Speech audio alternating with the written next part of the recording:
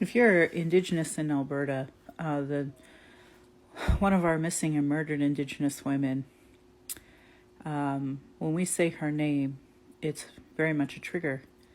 So when I hear one of our sisters' names, Cindy Gladue, I think about what the Alberta courts did to her and how it's such a blatant example of needing Indigenous education.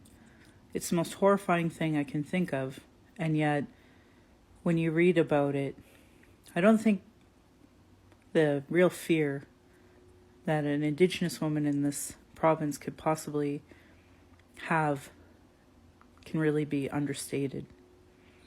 How we know how disposable we are even after death. And I've seen so many examples of it time and time again. So of course I worry for me and the next generations.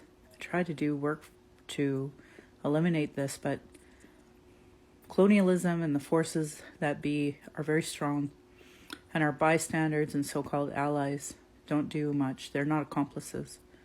So they just allow the genocide of Indigenous women to perpetuate.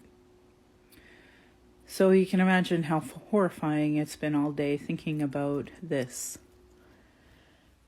The very lawyers that were involved in Cindy Gladue's case are now appointed judges.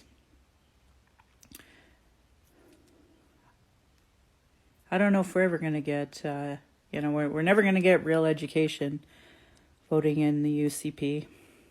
And now the judges are horrifically anti-Indigenous.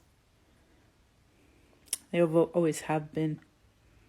But it's just another example where regular Joe Albertan seems to just be so blind to the incredible systemic racism against Indigenous people.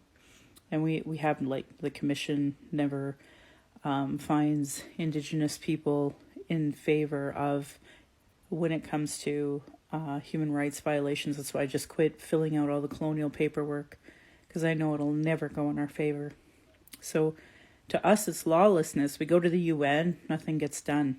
So just wanted to point this out for folks who may not know about Cindy Gladue. When you Google it, be ready to smudge after if you're Indigenous, and know that this is something that's been on my heart for over a decade now, knowing what my fate, or maybe an auntie's fate, my daughter's fate, could be in law in Alberta.